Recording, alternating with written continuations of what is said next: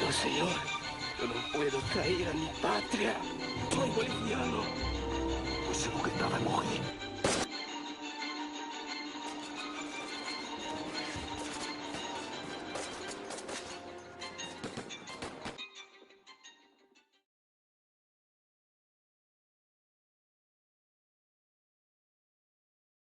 La Guerra del Acre es una de esas guerras que marcan a fuego la historia de Bolivia.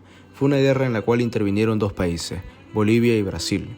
La guerra entre un país que venía de una serie de derrotas militares y una guerra civil que lo debilitaron mucho en el siglo XIX, como lo era Bolivia, y un imperio en América del Sur, como lo era Brasil. La inequidad era obvia, sin embargo los bolivianos nunca dimos nuestro brazo a torcer ante el despiadado imperialismo brasileño, que quería hacerse con el norte boliviano como lo hacían los antiguos imperios, a mano sucia, con separatismo y posterior ocupación.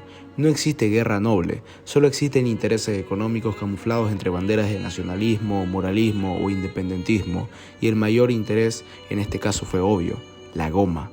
Por eso el nombre de este documental, Goma y Sangre, para relatar y retratar los horrores de una guerra producto de ambiciones tanto empresariales como imperialistas, cómo los ríos de sangre corrieron por el Acre debido a la ambición desmedida de hombres que ni siquiera alguna vez pisaron el mismo Acre. La guerra que enfrentó a dos países hermanos de América del Sur, la guerra que se cobró la vida de miles de personas, la guerra con la que Brasil buscaba apoderarse del oriente boliviano. Esta es la historia de la Guerra del Acre. Para contextualizar, Bolivia apenas había salido de una cruenta guerra civil, la mal llamada Guerra Federal. Esta guerra enfrentó al sur y al norte del país. Consistió en un conflicto entre los departamentos de Chuquisaca y La Paz para decidir quién se quedaría con la sede de gobierno y la capital.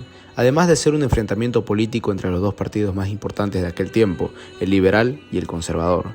Como resultado, los liberales apoyados por La Paz se alzaron con la victoria, logrando trasladar la sede de gobierno a dicha ciudad. Sin embargo, para apaciguar el conflicto, la capital se quedó en Sucre, Chuquisaca. A pesar del final de la guerra civil, este conflicto interno dejó a la economía nacional hecha pedazos y al país en una deplorable situación. Además del obvio desgaste militar, el ejército estaba fraccionado y mal armado. Ante esta coyuntura llega el conflicto acreano.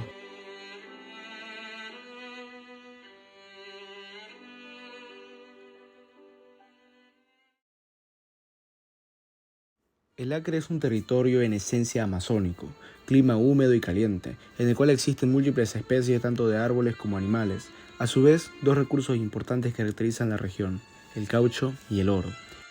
Tanto durante la era colonial como en la era republicana, la región del Acre y la región amazónica fue bastante olvidada. En la época colonial mayormente se establecían misiones religiosas para la organización y evangelización de los indígenas locales. Sin embargo, las grandes obras y construcciones o metrópolis siempre se encontraban en las zonas mineras, es decir, Potosí, Chuquisaca e incluso La Paz.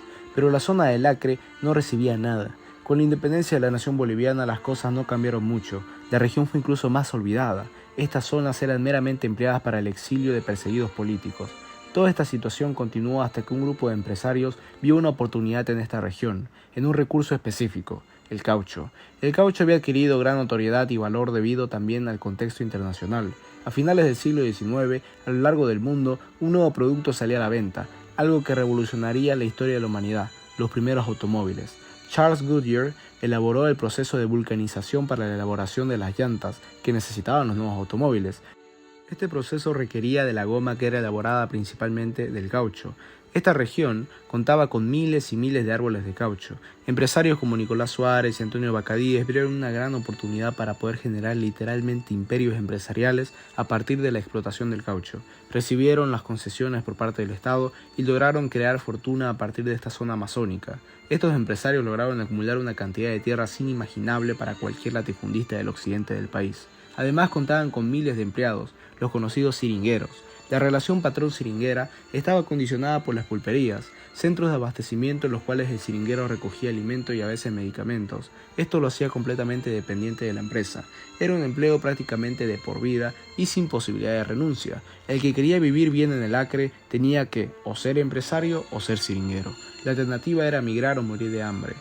Al ver la ingente cantidad de dinero que estos empresarios lograban, el gobierno, para intentar establecer soberanía y asegurar recursos para el Estado, decidió crear el Territorio Nacional de Colonias, hoy conocido como PANDO. Una nueva entidad nacional nacía. Todo esto del año 1900, cuando la goma empezó a jugar un papel primordial en la economía nacional. Era el producto de mayor exportación solo por debajo de la plata y el estaño. Esta región de Bolivia era una de las mayores proveedoras de caucho del mundo. Terminando de ver la importancia y notoriedad que cobró esta región, era claro que las ambiciones y pretensiones de distintos empresarios y políticos brasileños saldrían a la luz. Ahora queda una pregunta, ¿pero cómo comenzó este conflicto? Como casi todos los conflictos territoriales de América del Sur, tenemos que remontarnos a la época colonial. Durante la colonia, los españoles nunca definieron exactamente dónde eran los límites de sus mismas colonias, lo que posteriormente, con la independencia de estos países, generó múltiples conflictos entre los mismos países. Distintos tratados, como ser los tratados de Madrid de 1750, San Ildefonso de 1777 y Badajoz de 1801, confirmaron a la región del Acre dentro de las posesiones coloniales del Reino de España, siendo esta región fronteriza entre el Reino de España y el Reino de Portugal. Pero el problema surgió el año 1776 con la división del Virreinato del Perú. Todo lo que es ahora Bolivia pasaría a ser parte del Virreinato del Río de la Plata. Sin embargo, la frontera entre ambos virreinatos nunca fue completamente definida, creando confusiones y posteriormente conflictos cuando tanto Perú como Bolivia obtuvieron sus respectivas independencias. En un inicio, este territorio estaba disputado solamente por Perú y Bolivia, pero ante esta disputa territorial, el Imperio de Brasil vio una oportunidad para expandir su territorio, arguyendo que la región del Acre pertenecía a la provincia de Amazonas.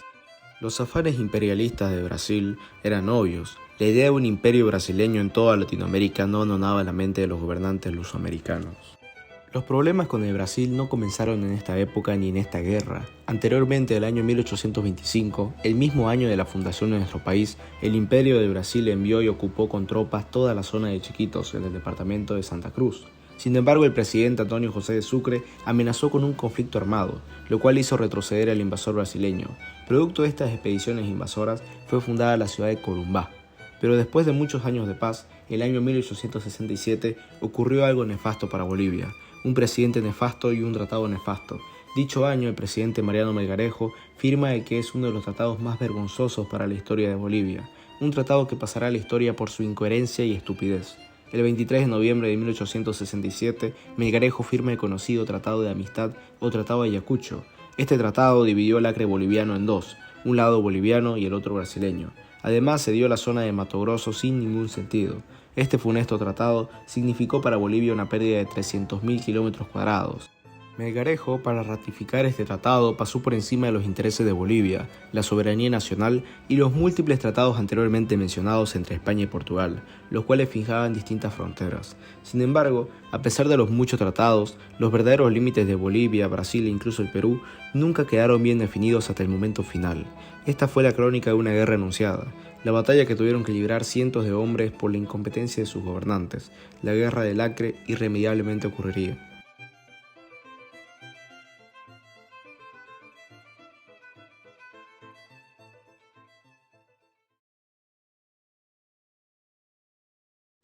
Se puede decir que el momento en que realmente comenzó el conflicto fue el día que fundaron aquel puerto del Acre, el 3 de enero de 1899, cuando el explorador y abogado chuquisaqueño José Paravicini fundó el llamado Puerto Alonso, en honor al presidente chuquisaqueño Severo Fernández Alonso, que se encontraba enfrentando una guerra civil en el país.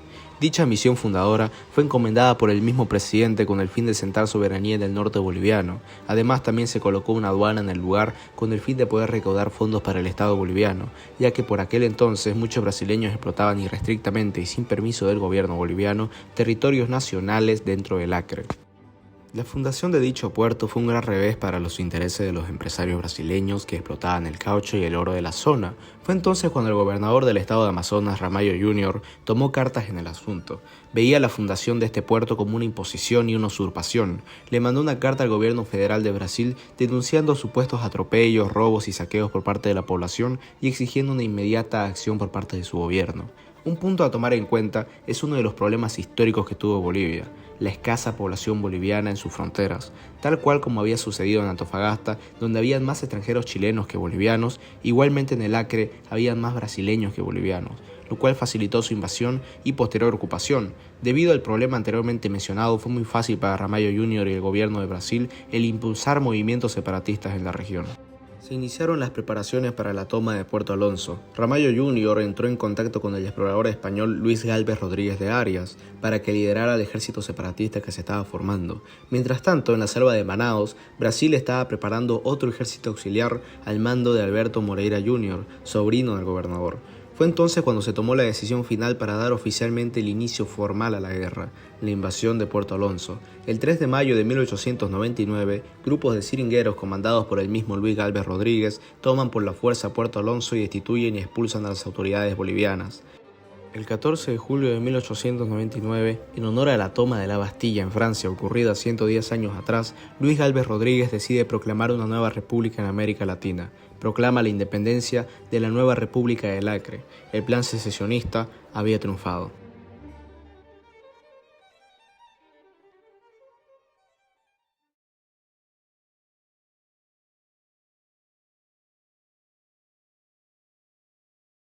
Luis Gálvez Rodríguez, el separatista acreano, no era ni brasileño ni boliviano. Era un explorador español nacido el año 1864 en San Fernando, España. Llegó a Sudamérica en busca de grandes tesoros, en especial el famoso Paitití o El Dorado, la llamada Ciudad de Oro. Gálvez exploró y exploró por años sin encontrar nada importante, pero estableciendo un fuerte vínculo con las comunidades del Acre y el gobierno del estado de Amazonas. Era una especie de personaje público en la región. A finales del siglo XIX, Gálvez fue contactado por el gobierno del estado de Amazonas para una misión específica: llevar el separatismo al Acre. Gálvez hablaría con diversos empresarios y líderes locales para coordinar el alzamiento armado en aras de la secesión. También contactó con los trabajadores de la explotación del caucho, también conocidos como siringueros, y a su vez se contactó con veteranos de la Guerra de Cuba, los cuales lo apoyaron estratégicamente. La guerra por la independencia del Acre ya era inevitable, pero Bolivia no quedaría de brazos cruzados y enviaría tropas, pero eso lo veremos más adelante. Un nuevo estado independiente nacía en Sudamérica. Luis Gálvez crearía una bandera propia con los colores de Brasil y una estrella roja solitaria con un profundo significado: el innegable aislamiento y descuido de la región del Acre. Organizaría ministerios, fundaría hospitales, cuerpos de bomberos, escuelas, incluso sellos postales, un ejército y sistema judicial propio. Un dato curioso es que fue uno de los primeros gobiernos de América del Sur en tener preocupaciones ambientales. Gálvez estableció para su república fuertes normas en pro del medio ambiente y también se puede considerar como un idealista que soñaba con un país civilizado, con legislaciones urbanísticas y sociales modernas en medio de la selva. Quizás, al no haber encontrado su ciudad del sueño, El Dorado, decidió crear su propia ciudad del sueño a su manera. Sería llamado Presidente Gálvez o también el Emperador del Acre.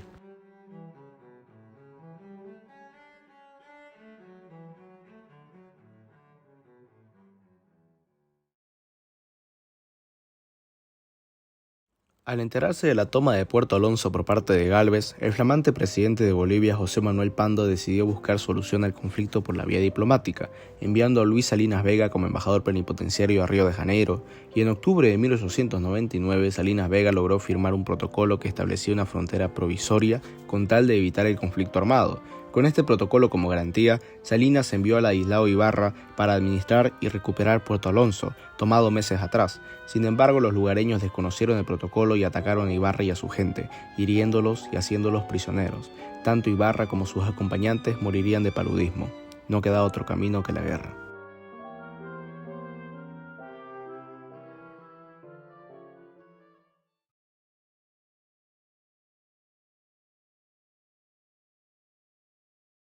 Una vez agotadas las instancias diplomáticas, el presidente Pando decidió enviar tropas y expediciones a la zona para defenderla.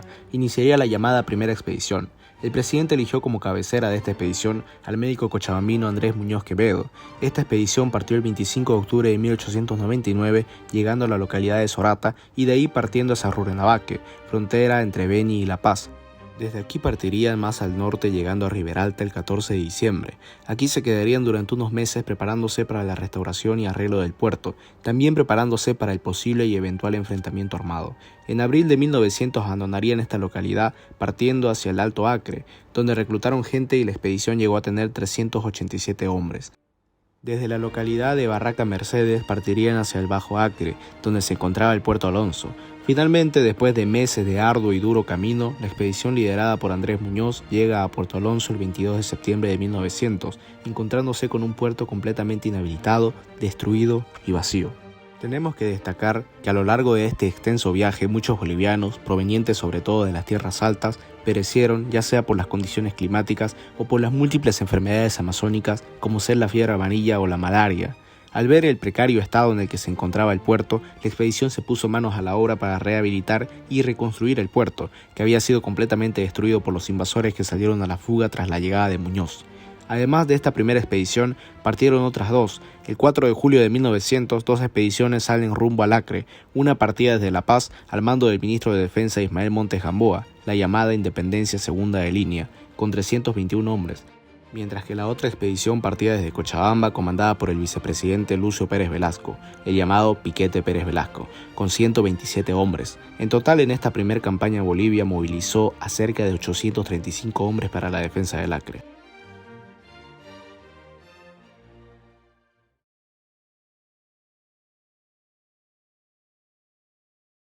Ya encontrándose las tropas bolivianas en la zona y ante la evidencia del sinsentido de las negociaciones, el mismo Estado brasileño impulsó la movilización de hasta 2.150 seringueros brasileños, fuertemente armados y algo entrenados. Estos seringueros eran financiados y contratados por los empresarios brasileños interesados en la explotación del caucho boliviano. Los 835 bolivianos, poco adaptados al clima, no tenían mucho que hacer frente a los 2.000 seringueros apoyados por Brasil. Contemplando la situación, el gobierno y el ejército boliviano recurre a los empresarios bolivianos de la zona, en especial a Nicolás Suárez Callaú, para que sus empleados, los seringueros bolivianos, también intervengan en el conflicto como soldados pro Bolivia. Gracias a esta acción, Bolivia pudo hacerle frente a los invasores y separatistas.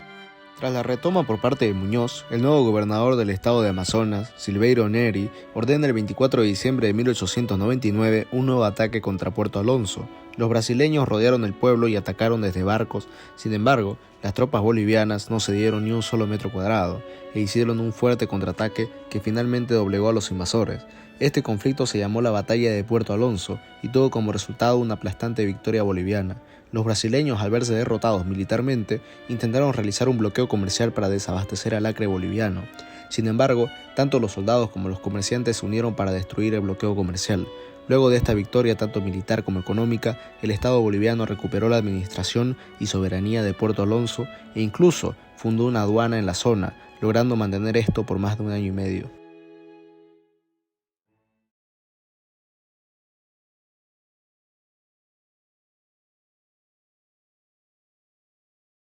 La situación entre Bolivia y Brasil no era segura. Sin embargo, el gobierno boliviano decide mantener las expediciones en la zona, en particular el Independencia Segundo de Línea, compuesta por 150 hombres al mando del ministro Montes. Se quedó en la zona de Río Siño, mientras que el resto se quedó acantonado por la zona. Todo estaba relativamente en paz hasta el 12 de diciembre de 1900, cuando la mayor fuerza militar separatista, al mando de Hipólito Moreira, decide atacar con cerca de 500 hombres. La idea de los brasileños era atacar por sorpresa, en medio de la oscuridad, sorprender a los bolivianos y derrotar a su batallón más importante en la zona. Sin embargo, los brasileños no se percataron que el plan de ataque sorpresa ya no era sorpresa. Los bolivianos, gracias al centinela Maximiliano Paredes, ya sabían del ataque separatista y brasileño horas antes del mismo. Las tropas separatistas, creyéndose camufladas, fueron baleadas por sorpresa por las tropas bolivianas. El ataque sorpresa terminó siendo el boliviano. Tras 3 horas de combate, las tropas bolivianas derrotaron completamente a los separatistas brasileños. Los separatistas huyeron y tuvieron que abandonar Río Siño luego de muchos muertos y heridos. Sin duda alguna, la victoria era de Bolivia. Maximiliano Paredes murió de una ráfaga de balas al inicio de este combate. Sin embargo, su gran labor y alerta no serían olvidadas. Con la victoria boliviana en esta batalla se sella el fin de la llamada Primera Campaña del Acre.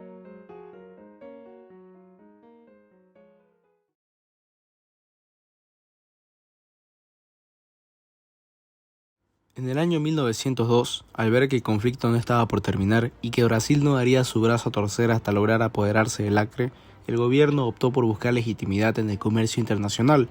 La figura clave, el embajador plenipotenciario de Bolivia en Londres, Félix Avelino Aramayo, quien también era un reconocido e importante empresario de la época, con múltiples conexiones con los más grandes empresarios del mundo. Aramayo logró convencer a los empresarios estadounidenses y británicos de crear una empresa para la administración de los recursos del Acre. El gobierno entregó a los empresarios concesiones por 30 años. A cambio de cuidar y resguardar el Acre, los empresarios a su vez recibirían un 40% de las rentas aduaneras. Así surgió The Bolivian Syndicate. Sin embargo, este contrato público-privado generó conmoción a nivel internacional. Tanto Brasil como Perú denunciaron la ilegalidad de este contrato, puesto que disponía de territorios que todavía habían sido declarados en litigio. Pero Bolivia se negó a invalidar este contrato. Fue entonces que Brasil aprovechó y se excusó en esto para poder volver a organizar un levantamiento en el Acre. La segunda campaña estaba por comenzar, esta vez con el levantamiento de José Plácido de Castro.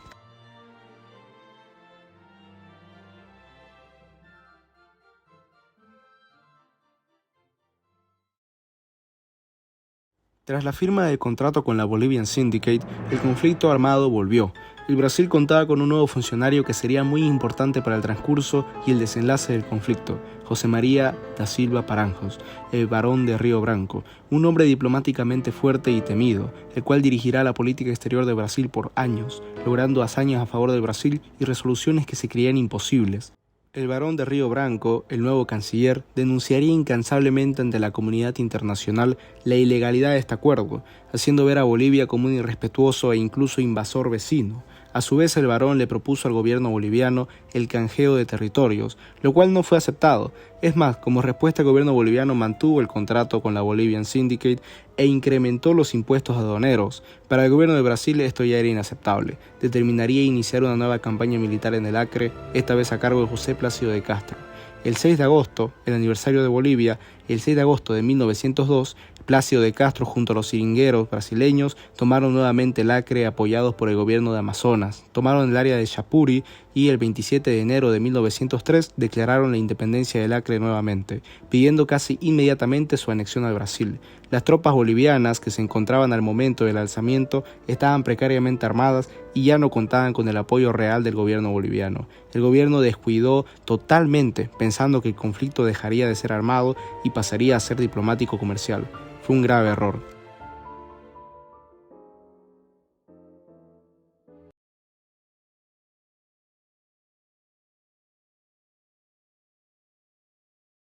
La principal misión de Plácido de Castro era expulsar una vez por todas a la compañía estadounidense que administraba el Acre para el gobierno boliviano, es decir, la Bolivian Syndicate. Las tropas de Castro lograron ocupar Puerto Alonso y las zonas aledañas. Las tropas brasileñas y separatistas se parapetaron en la región de Barraca de Bahía, en el actual Cobija. Incluso, los enemigos llegaron a ocupar las estancias ganaderas y caucheras de Nicolás Suárez. Ante esta situación tan apremiante, tanto para sus intereses personales como para los de la patria, el mismísimo Nicolás Suárez, un hombre de avanzada edad, decide encabezar un nuevo batallón pro-boliviano, la llamada Columna Porvenir, compuesta por peones siringueros e indígenas tacanas. Esta columna militar partió desde la localidad de Porvenir rumbo a Bahía el 9 de octubre de 1902.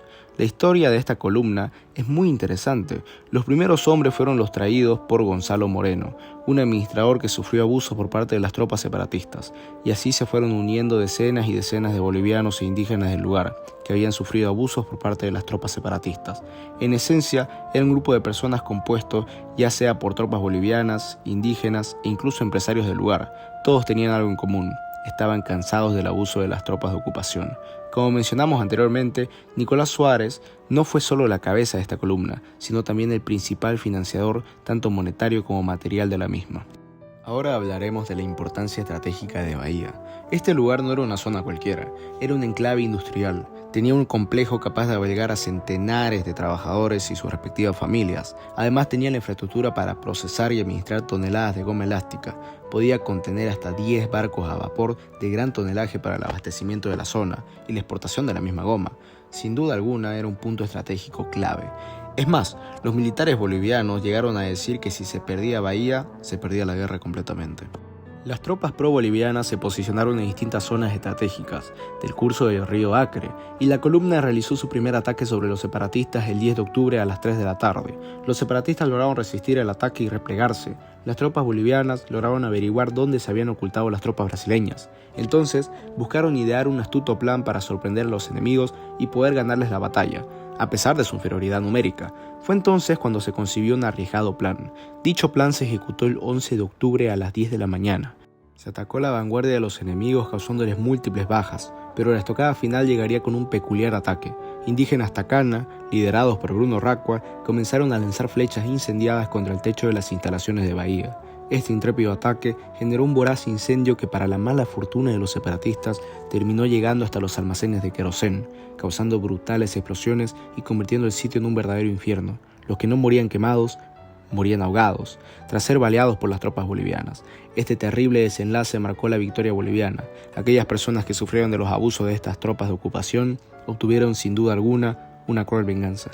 A pesar de la sangrienta victoria, luego de esta batalla la guerra tuvo un desenlace poco favorable a las tropas bolivianas. Por ejemplo, en la capitulación de vuelta a la empresa, los bolivianos terminan capitulando frente a los acreanos. Luego de más de un mes de resistencia, las tropas de Coronel Rojas se rindieron frente a los miles de seringueros brasileños. Posteriormente, en el combate de Costa Rica, la columna Porvenir demuestra sus destrezas en el combate de guerra de guerrillas, logrando derrotar al enemigo, pero en la capitulación de Puerto Alonso, los soldados bolivianos, que resistieron un cerco de 8 meses, deciden finalmente, agotados y extenuados, capitular frente al enemigo. Sin duda alguna, la guerra no estaba tomando un curso favorable para Bolivia. Luego de esta serie de infortunios militares, al ver el desastre que estaba sucediendo en el norte, el mismo presidente Pando decide organizar un batallón de 700 hombres encabezados por él mismo, el presidente del país, para defender el Acre. En abril de 1903, la columna de Pando ya se encontraba en Riberalta. La marcha del presidente generó un escándalo a nivel internacional y diplomático. El gobierno de Brasil denunciaría esto como una provocación. Fue entonces cuando el gobierno de Brasil decidió tomar posiciones y acciones directas en el conflicto. Envió 4.000 hombres hacia sus fronteras con Bolivia. El canciller brasileño le comunicó al gobierno boliviano, en La Paz, que se consideraba el territorio en litigio como propio. Luego de 2 meses, la división brasileña había ocupado Puerto Alonso. El conflicto a escala internacional se encontraba a la vuelta de la esquina. Las tropas de Pando se dividieron entre las que se quedaron en Riberalta y las que decidieron avanzar hacia Puerto Alonso. Ante este contexto, al gobierno boliviano se le presentó una clara disyuntiva. Tenían 2 opciones. 1. Seguir con la campaña militar y abrir oficialmente el conflicto internacional entre Brasil y Bolivia, y quién sabe, un conflicto continental con la posible entrada del Perú a la guerra, o iniciar con las negociaciones diplomáticas en un momento en el cual Bolivia se encontraba con desventaja. Claramente, negociar en desventaja no era el mejor de los escenarios, pero ¿cuál era la alternativa? Continuar una guerra con una potencia que hace pocos años era prácticamente imperial, como lo era Brasil, y peor aún, en el contexto en el cual el ejército se encontraba dividido debido a la guerra civil ocurrida hace apenas 3 años, y además enfrentarnos con tropas que estaban acostumbradas al clima y a las a veces atroces atmósferas de aquel lugar, y con un ejército que se encontraba diezmado por las enfermedades endémicas del Acre. Sin duda alguna, ante el contexto que se presentaba, la opción razonable fue la vía diplomática. El gobierno de José Manuel Pando reconoció el modus vivendi el 21 de marzo de 1903. Se daba fin a la guerra, las tropas regresaban a la ciudad de La Paz y oficialmente el conflicto armado había terminado, pero era el inicio del conflicto diplomático en el cual a Bolivia no le suele ir muy bien.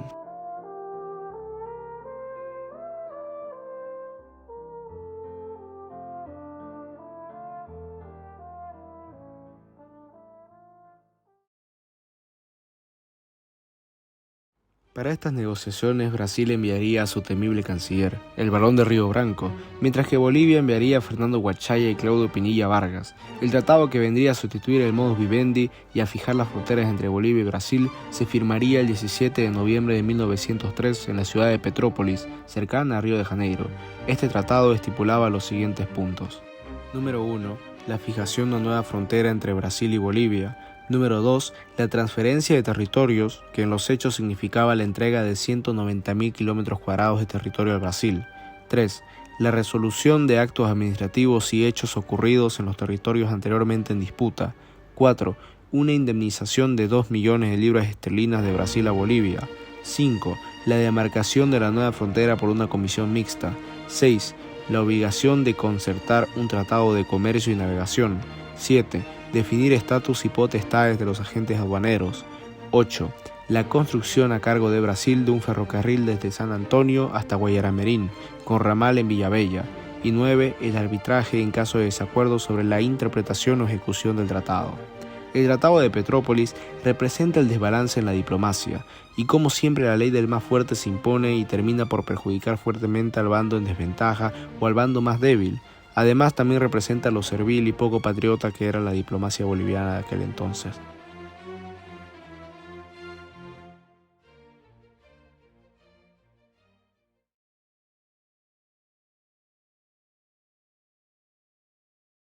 Oficialmente la guerra había terminado, pero ¿qué se había ganado exactamente?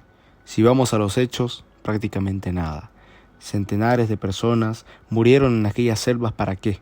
Para que finalmente un puñado de políticos, diplomáticos y empresarios negocien aquello por lo que tanto lucharon y lo regalen a cambio de un ferrocarril que no llevaba a ninguna parte y 2 millones de libras esterlinas que nunca se invirtieron ni en el oriente boliviano ni en el mismo norte del país. ¿Dónde se invirtieron realmente esos 2 millones de libras esterlinas que actualmente equivaldrían a 293 millones de dólares? ¿Dónde se invirtió toda esa suma? ¿En Pando o en la Amazonía boliviana? Lo dudo. La región no vio ningún progreso por aquellos años, incluso a día de hoy sigue sin tener las condiciones mínimas que muchos otros departamentos tienen hace más de un siglo. 190.000 kilómetros cuadrados de territorio boliviano perdidos de un plumazo y una firmada. Lo que ganaban los seringueros bolivianos militarmente a costa de sangre y muerte frente a las tropas brasileñas, lo perdíamos como siempre en las mesas de negociación de diplomáticos bolivianos de corbata que no dudaban en vender al país a cambio de miserias. Al final del día, esta guerra fue más una guerra del Estado y los empresarios brasileños contra Nicolás Suárez Callaú que contra el mismo Estado boliviano, contra el empresario que sacó de su propio bolsillo al menos 70.000 libras esterlinas para la defensa de sus tierras, de sus empresas y de la soberanía nacional. Él hizo más por la defensa del Acre y el territorio boliviano que el mismo Estado nacional. En honor a la verdad, este empresario debería ser declarado héroe nacional por haber comandado personalmente milicias en contra de aquellos que atentaban contra el territorio patrio y financiándolo él mismo. Mientras el Estado boliviano llevaba unos cientos de soldados, Nicolás Suárez movilizaba a miles de sus empleados y los armaba para defender al país. Pero ¿qué pasó con cada uno de los protagonistas de esta guerra? Ramalho Jr., el gobernador de Amazonas que inició el conflicto, logró su cometido. Logró que el Brasil finalmente se apodere del Acre por la fuerza y a cambio de la muerte de muchos de sus compatriotas. Logró hacer que las empresas brasileñas exploten aquello que le pertenecía a Nicolás Suárez. Logró que finalmente la Bolivian Syndicate salga del Acre, pero nunca pudo impulsar nuevamente su carrera política. Nunca logró ser presidente del Brasil y la historia no le guardó muchas líneas sobre su vida y finalmente murió en Río de Janeiro el 18 de septiembre de 1952. Gálvez tuvo un destino irónico. Él amaba genuinamente al Acre y realmente quería verlo como una república independiente en América. Sin embargo, sus antiguos aliados brasileños no. Al momento de incumplir ciertos compromisos monetarios con el Brasil, el gobierno de dicho país envió navíos de guerra por los ríos y tropas para apresar a Luis Gálvez. El 11 de marzo de 1900, Gálvez se rindió frente a las tropas de la Marina de Brasil y tuvo que regresar a Europa. Años más tarde volvería al Acre, pero el gobierno del estado de Amazonas lo apresaría rápidamente y lo recluiría en un fuerte llamado Fuerte San Joaquín en Río Branco, de donde huiría y escaparía a su natal España. Gálvez moriría en Madrid el año 1935 sin poder ver su sueño cumplido, una república en el Acre. Un personaje que sí sacó mucho rédito de este conflicto fue el ministro de Guerra Ismael Montes Gamboa, el cual por aquellos años tenía una fuerte disputa con el vicepresidente Pérez Velasco para definir quién iba a suceder a José Manuel Pando en la presidencia de la República. Él logró bastantes hazañas en la guerra y junto a una buena propaganda política logró no solo ser visto como un héroe nacional y un militar excepcional, sino también logró la sucesión presidencial, siendo nombrado candidato a presidente por los liberales el año 1904 y asumiendo la presidencia de la nación ese mismo año. La historia le depararía un lugar especial como el máximo caudillo boliviano a inicios del siglo XX, superando incluso a su padrino político, José Manuel Pando, siendo no solo una, sino 2 veces presidente de la República de 1904 a 1909 y de 1913 a 1917. El presidente Pando, a diferencia de Montes, no logró un aumento en su popularidad luego del conflicto. Es más, este conflicto y su desenlace representó el declive de su figura política. Pando le entregaría la presidencia a Montes el año 1904 y posteriormente rompería con el mismo Partido Liberal al ver que su sucesor y el partido no respondían a sus mismos ideales, fundando junto a otros liberales disconformes el Partido Republicano. Pando fallecería el año 1917 en una poco esclarecida muerte en un barranco. Tanto Bruno Racua como Maximiliano Paredes por sus actos de guerra serían declarados héroes nacionales por sus hazañas en el conflicto, por sus acciones que significaron las más importantes victorias militares en esta guerra. Bruno Racua fallecería el año 1932 viendo cómo su país se acercaba a las puertas de otra guerra, esta vez la del Chaco. Falleció a sus 52 años de edad y recién 73 años después de su muerte y 101 años después de su hazaña, el Estado boliviano lo reconocería como héroe nacional. En noviembre de 2003, el presidente Mesa Gisbert, mediante ley, lo declaró héroe nacional por sus acciones en defensa de los territorios de la patria. Nicolás Suárez, el Patiño del Oriente, el rey de la goma y defensor del acre, luego de la guerra vio cómo su imperio y su imagen se comenzaron a deteriorar. Su imperio empresarial, debido al contrabando de especies, comenzó su decadencia hasta llegar a su prácticamente desaparición en los años 40, y la imagen de Suárez fue usada políticamente acusándolo de querer crear una nueva república en el norte del país. Siendo calumniado en la prensa nacional, terminó sus días en Cachuela Esperanza, falleciendo el 9 de enero de 1940 a los 88 años de edad. Pero ¿y qué pasó con el verdadero protagonista de este conflicto? La goma. Brasil logró obtener el territorio gomero justo antes de la época de bonanza, en la cual los precios internacionales de este producto tuvieron su máxima cotización, su máximo precio, es decir, entre 1905 y 1910. Bolivia, a pesar de haber perdido gran parte de esta explotación, continuó con la producción de caucho y logró también salir beneficiado de esta bonanza, pero sucedió algo terrible tanto para Brasil como para Bolivia. Un empresario inglés de apellido Wilkeman, mientras ambos países estaban en guerra y conflicto, aprovechó y contrabandeó las plantas de caucho transportándolas para Asia, en donde con el tiempo y la experimentación lograron adaptarse y crecer. De un momento a otro, las plantas de caucho aparecieron en la India, Ceilán y Malasia. Se había iniciado la expansión de esta planta y además con un costo de producción mucho más bajo. Los precios cayeron y la goma nunca más volvió a tener el precio de aquella época antes del conflicto. Finalmente, en la batalla económica, tanto Bolivia como Brasil perdieron. En fin, esta es la ironía de las guerras, ninguno de los dos terminó ganando, y mientras unos se mataban a otros, un vivísimo extranjero europeo logró crear su propia riqueza a costa del conflicto. Lamentablemente en nuestro país y en nuestras escuelas no se da a la guerra del Acre la importancia que se merece. Existen muchos bolivianos que piensan que solo tuvimos 3 guerras, la de la independencia, la del Pacífico y la del Chaco. Sin embargo, existieron múltiples conflictos más. En algunos salimos victoriosos y en otros perdedores, pero sin duda la guerra del Acre merece más que unas simples líneas anecdóticas en el libro de sociales. Merece ser contada con sus héroes y hazañas y con la importancia y relevancia que ésta se merece a nivel histórico como una de las guerras con las que defendimos al oriente boliviano. En las actuales relaciones con el Brasil, luego de este conflicto no volvimos a tener graves problemas diplomáticos ni militares, puesto que el gigante latinoamericano ya había obtenido aquello que tanto quería, la perla del Acre. A lo largo del siglo XX y XXI, las relaciones entre ambos países fueron amenas y cordiales.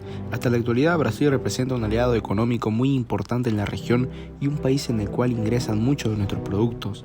Es el país con el que más frontera tenemos y por ende existen múltiples comunidades lusoparlantes en Bolivia. Por el bien de la región y por el bien de ambos países, debemos seguir manteniendo estas amenas y cordiales relaciones diplomáticas y comerciales, que le traen tanto progreso y prosperidad a tanto brasileños como bolivianos. Pero lamentablemente, si hablamos de progreso y prosperidad, no podemos hablar de la región del Acre con la que nos quedamos, es decir, Pando.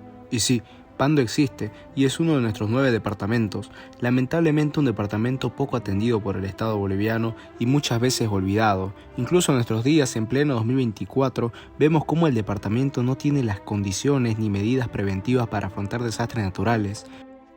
Vimos cómo las inundaciones dejaron a cientos de personas sin hogar. Tenemos que tomar conciencia. Pando es uno de nuestros 9 departamentos y no podemos dejarlo en el olvido o verlo como una especie de caso perdido. Pando es un lugar hermoso, con paisajes preciosos y lleno de personas amables y hospitalarias, ya sea con el extranjero o entre los mismos bolivianos. Pando y su gente merecen mayor atención, merecen mejores calles, hospitales y escuelas, merecen mejores condiciones de vida, merecen el progreso, y mientras este progreso no llegue a Pando, la lucha de los cientos de siringueros bolivianos que perdieron la vida en estas selvas amazónicas no habrá terminado. La guerra en el Acre sigue. Pero ahora no es una guerra contra el Brasil, sino una guerra contra el narcotráfico, una guerra contra la inseguridad, una guerra contra el subdesarrollo, una guerra contra el olvido.